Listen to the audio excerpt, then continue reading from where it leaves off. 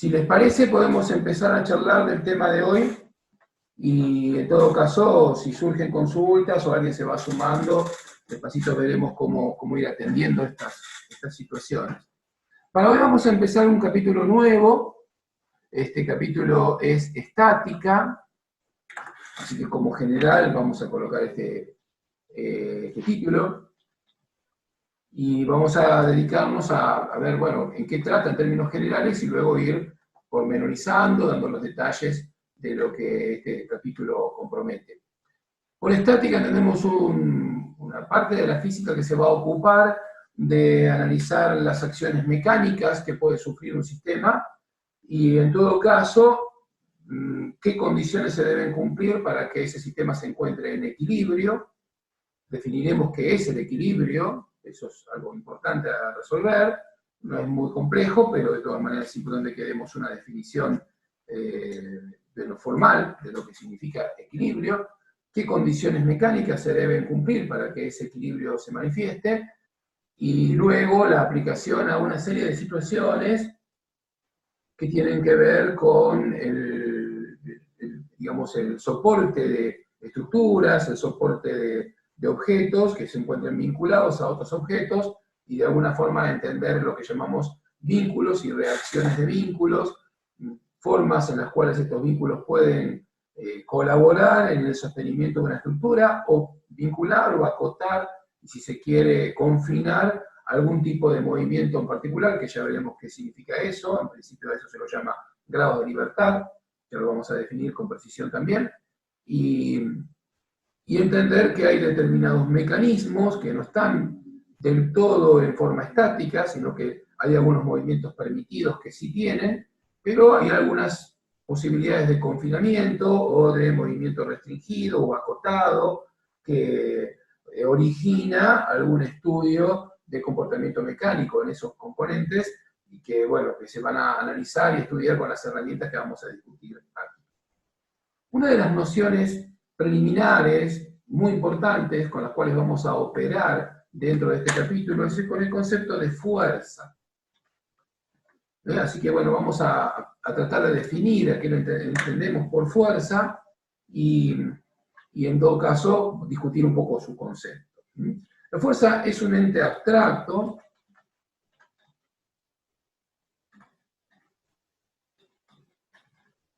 que produce desplazamientos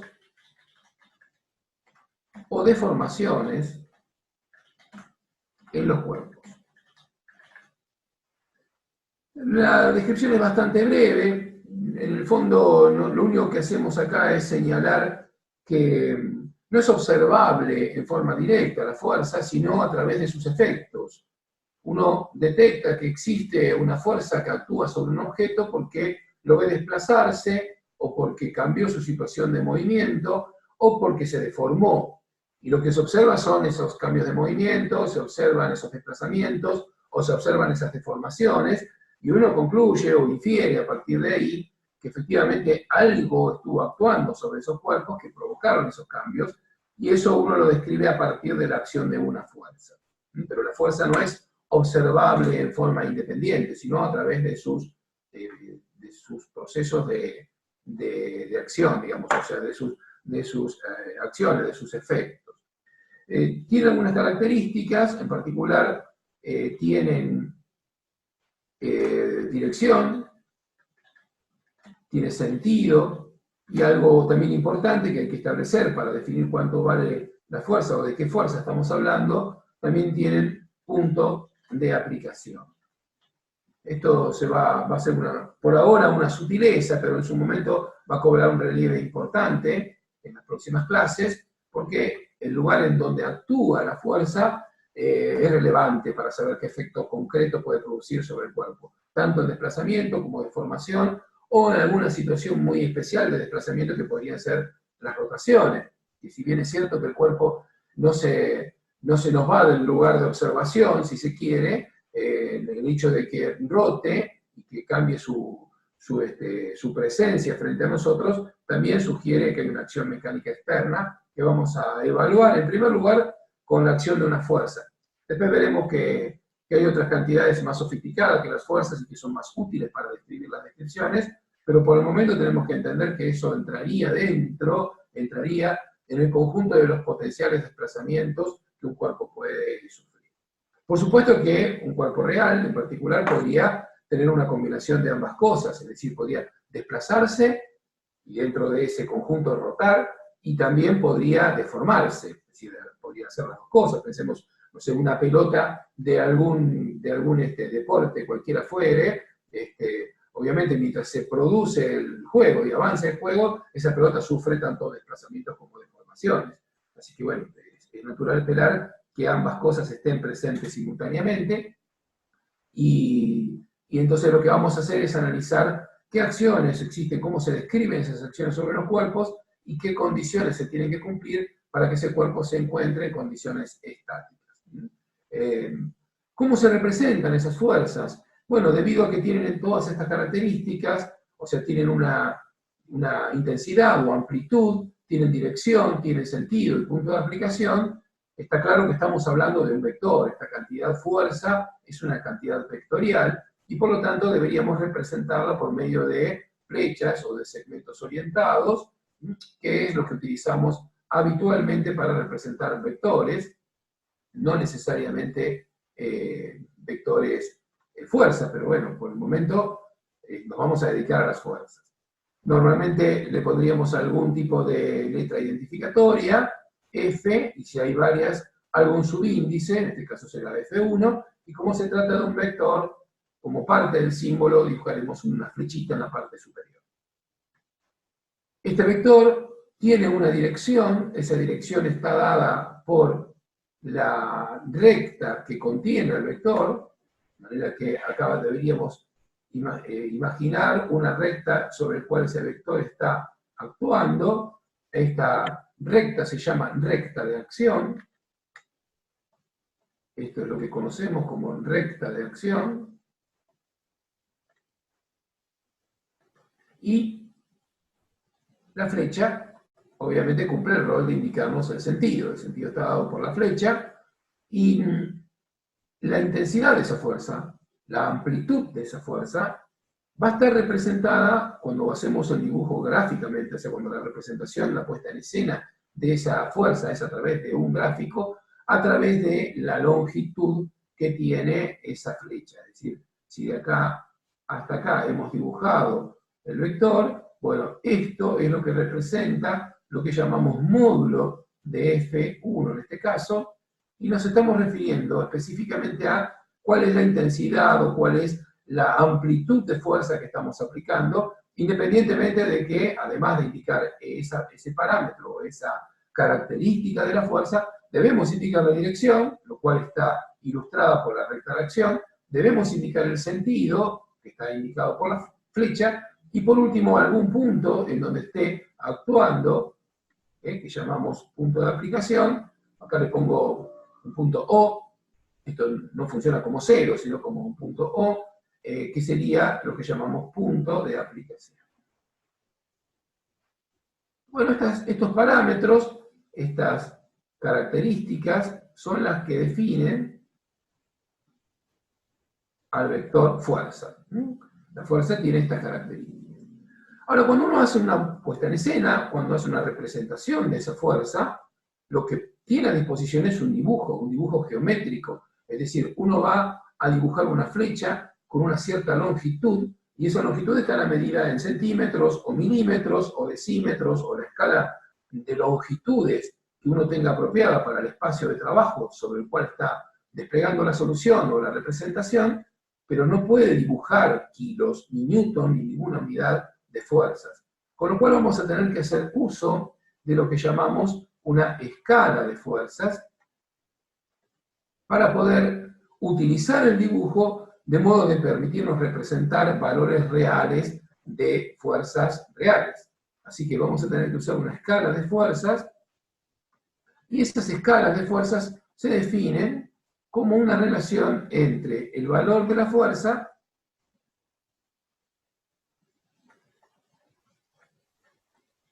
y la longitud de la flecha. por la longitud del vector.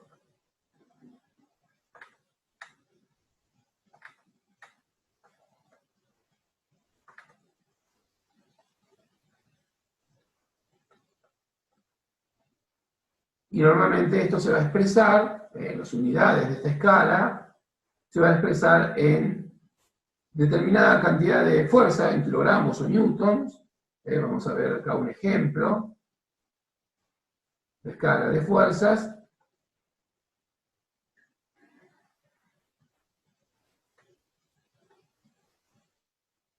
Igual, por ejemplo, a 10 kilogramos fuerza por cada centímetro. Si lo escribimos así, lo que significa desde el punto de vista operativo, desde el punto de vista de la representación, es que cada centímetro de vector, cada centímetro de flecha que hayamos dibujado, representan en el mundo real 10 kilogramos fuerza. Si esta flecha hubiera medido 4 centímetros de largo, es porque la fuerza F1 tiene una magnitud o módulo de 40 kilogramos fuerza. Eso es lo que queremos decir.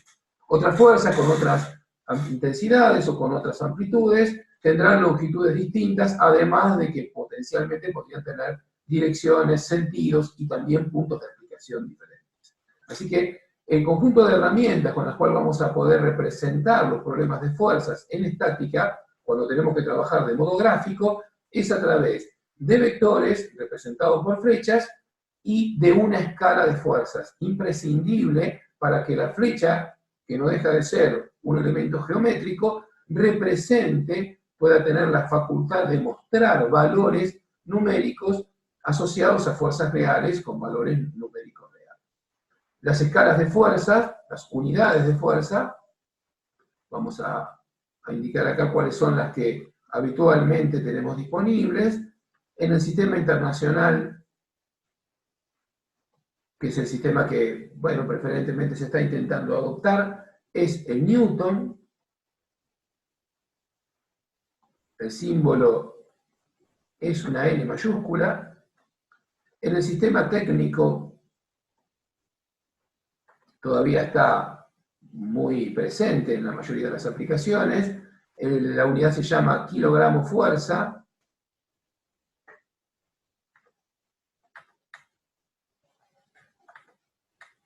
Y este kilogramo fuerza, bueno, se representa como lo hicimos recién, con la K, la G y una flechita arriba.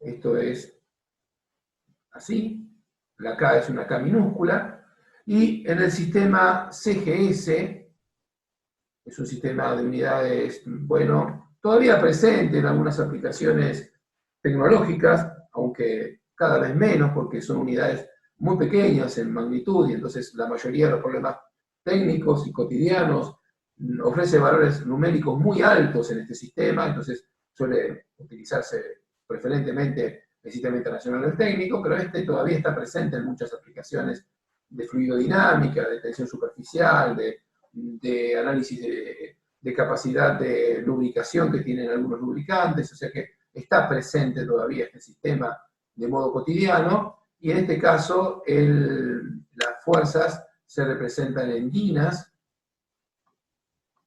y el símbolo es, bueno, muy similar a la palabra, pero con Y. Así que estas son las tres unidades de fuerza que habitualmente existen en el uso para establecer los resultados. Sin que esto sea una definición de los patrones de unidades, que lo vamos a discutir recién cuando tengamos el capítulo de dinámica desarrollado, que es el capítulo que sigue a este. Hasta ese momento no tenemos las herramientas formales para entender el origen y la razón por la cual se definen estos patrones de unidades que están acá, pero sí vamos a necesitar trabajar con conversiones entre diferentes sistemas de unidades, con lo cual voy a colocar acá las equivalencias, sin demostrarlas, porque vuelvo a insistir, para dar esa demostración necesito que conozcan la parte dinámica, que todavía no la desarrollamos, pero como necesitamos esas herramientas las voy a poner. Un kilogramo fuerza es equivalente a 9,8 newtons, y eso es lo mismo que 980.000 dinas. Así que fíjense que 1 kilogramo fuerza, que no es una fuerza de valor demasiado grande, de hecho a escala humana es una fuerza pequeña, cualquiera de nosotros puede aplicar una fuerza de 1 kilogramo fuerza y varios kilogramos fuerza también. Ese valor ya equivale a prácticamente 1 millón de dinas, con lo cual es fácil de imaginar que esta unidad de fuerza del sistema CGS, al cual estamos llamando DINA, de verdad corresponde a una fuerza de muy pequeño valor. La mayoría de los problemas que podamos manejar a nivel técnico y a nivel cotidiano, aún en la escala de laboratorio, estamos hablando de fuerzas que medidas en dinas estaría dando varios centenas de miles o millones de dinas, y por eso es una unidad poco utilizada en la mayoría de las aplicaciones. Por supuesto que de acá, si quisiéramos saber 1 newton cuánto representa, será 1 dividido 9,8 de kilogramo fuerza, o lo que es lo mismo aproximadamente igual a 0,102 kilogramos fuerza, como para que tengan una idea muy intuitiva y si se quiere muy cotidiana. Esto es apenas un poco más de 100 gramos, fíjense que 0,102 kilogramos, así que 1 newton sería más o menos el peso de un paquetito de fiambre, si se quiere, 100 de salame y 2 de papel. De eso estaríamos hablando cuando hablamos de una fuerza de 1 newton, y efectivamente es una fuerza correcta para el sistema internacional, pero la mayoría de las veces muy pequeña para los problemas tecnológicos que habitualmente afrontamos, con lo cual se utilizan múltiplos de newton como el kilonewton o meganewton o giganewton si hiciera falta. Este newton también es equivalente a 100.000, o sea, 10 a la quinta dinas. Y bueno, y una dina serán, ya que acá lo escribimos, pero una dina será 10 a la menos 5 de newton, un valor muy pequeño, 0,4 ceros y un 1 de newton, y aproximadamente igual a 0,102 o 1,2 por 10 a la menos 6 de kilogramo. Profe, kilogramo fuerza también lo pueden encontrar en los libros con un subíndice F. 1,2. ¿Cómo decías, David? Repetí, por favor. Perdón, que el kilogramo fuerza, que usted lo nota de esa manera, en algún libro lo puede llegar a encontrar con un subíndice de F, que no se asusten ni se confundan. ¿Con un índice de qué? Claro, KGF. Ah, una F, sí, sí.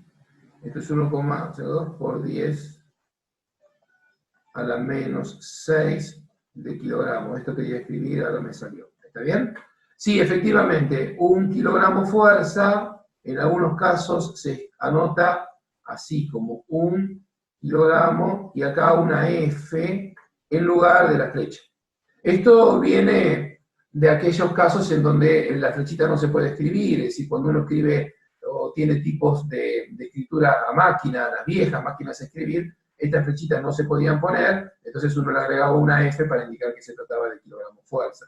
También se puede anotar como 1 kilogramo así, pero, acá lo pongo, en negritas. En negritas, o sea, con las letras que en inglés se llaman bold, en negritas. Hay algunos libros que no usan ni la flecha ni la F, pero sí resaltan el tipo de letra como letra en negritas, y eso también representa 1 kilogramo fuerza.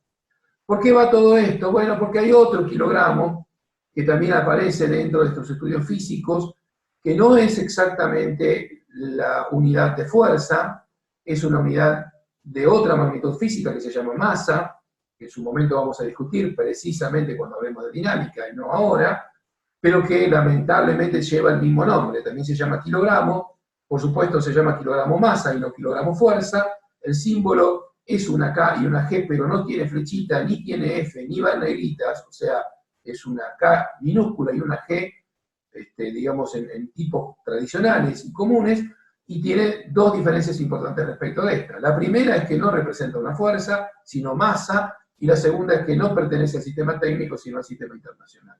Así que, aclarado esto, En este capítulo la masa va a participar de modo muy indirecto, no creo que nos traiga mayores dificultades, pero sí hay que tener presente que están ambos nombres, kilogramo fuerza y kilogramo masa, presentes en la mayoría de los estudios físicos en los cuales nos vamos a poner a incursionar, pero representan magnitudes físicamente distintas, en el sentido de que la masa y la fuerza son dos magnitudes físicas de naturaleza diferente, representan propiedades distintas de los cuerpos, y además de esa diferencia está en que uno pertenece al sistema técnico, que es el kilogramo fuerza, y el otro pertenece al sistema internacional, que es el kilogramo masa.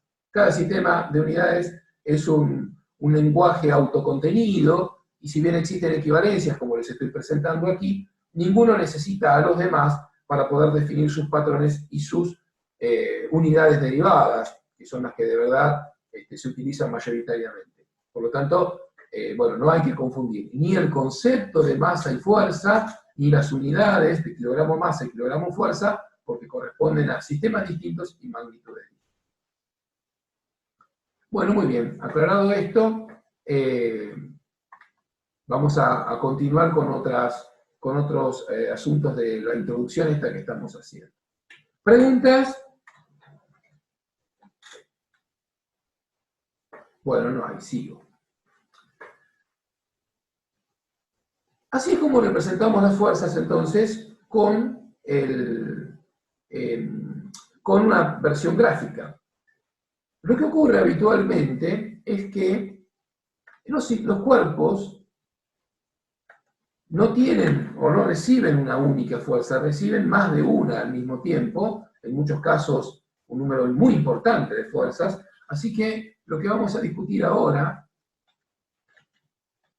es el concepto de resultante. ¿A qué le llamamos la resultante? Bien, la resultante de un sistema de fuerzas es una fuerza tal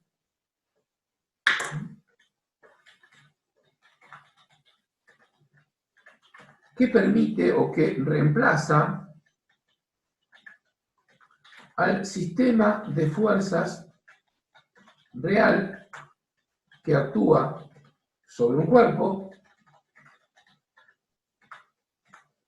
produciendo los mismos efectos.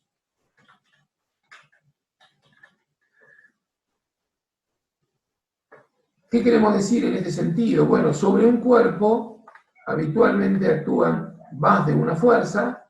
Cuando el cuerpo no tenga mayor importancia lo vamos a hacer amorfo, como dice aquí, y entonces uno tiene una situación en la cual varias fuerzas participan del sistema, o sea, del cuerpo, que tengo una fuerza F1, tal vez una fuerza F2, una fuerza F3, cada una de ellas tiene dirección, módulo y sentido diferentes.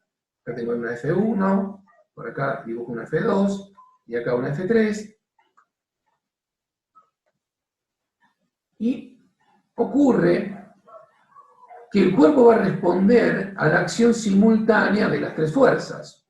Entonces la pregunta es, ¿cuál fuerza yo debería aplicar? ¿Qué fuerza se debería aplicar a este sistema? Única, no las tres juntas, única, que sea capaz de producir sobre este cuerpo el mismo efecto mecánico, esto es, el mismo tipo de deformación o el mismo tipo de desplazamiento que el conjunto de fuerzas que efectivamente estoy aplicando. A esa fuerza se la llama resultante, y la forma de obtenerla depende fuertemente de cuáles sean las fuerzas que originalmente están actuando sobre el sistema.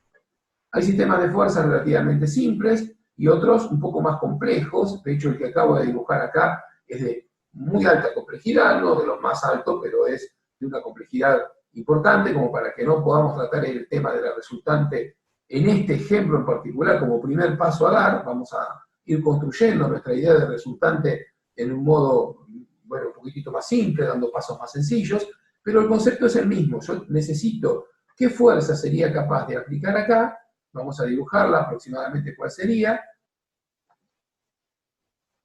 la fuerza necesaria para que el sistema tenga un comportamiento similar al que tiene cuando le aplico las tres fuerzas F1, F2 y F3.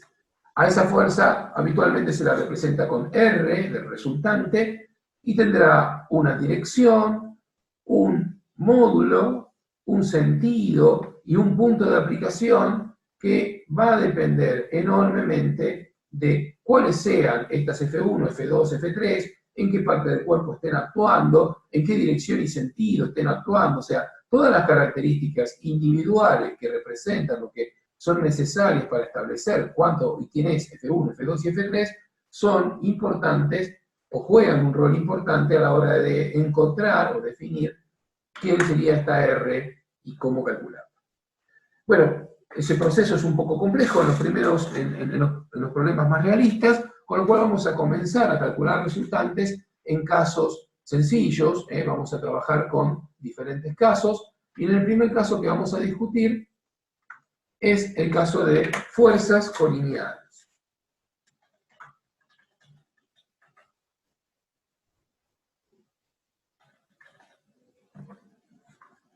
¿Qué significan estas fuerzas colineales? Significan que las fuerzas que aplico sobre el cuerpo actúan sobre la misma recta de acción. Vamos a escribirlo esto. Todas las fuerzas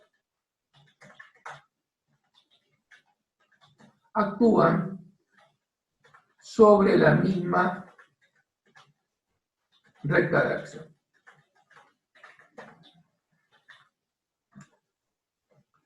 Un ejemplo simple, vamos a ver que también nos sale el dibujito acá, pero un ejemplo simple sería si yo tuviese un auto sobre una ruta y ese autito tuviese, o un vehículo cualquiera fuera, tuviera doble tracción. Entonces, ese auto tendría un tren delantero y otro trasero, y ambas ruedas aplican fuerzas que actúan en el eje de la rueda en la misma dirección. Entonces tendríamos una fuerza F1 acá, y por acá vamos a dibujar como empujando la fuerza F2.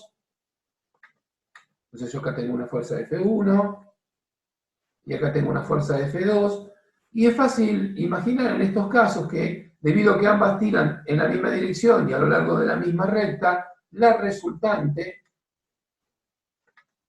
no tiene más opción que estar sobre la misma recta, en la misma dirección, y tener como magnitud la suma de las dos magnitudes, es decir, se suman directamente como si se tratara de números, o sea, esta R que está acá va a tener un módulo de R va a ser igual a el módulo de F1 más el módulo de F2.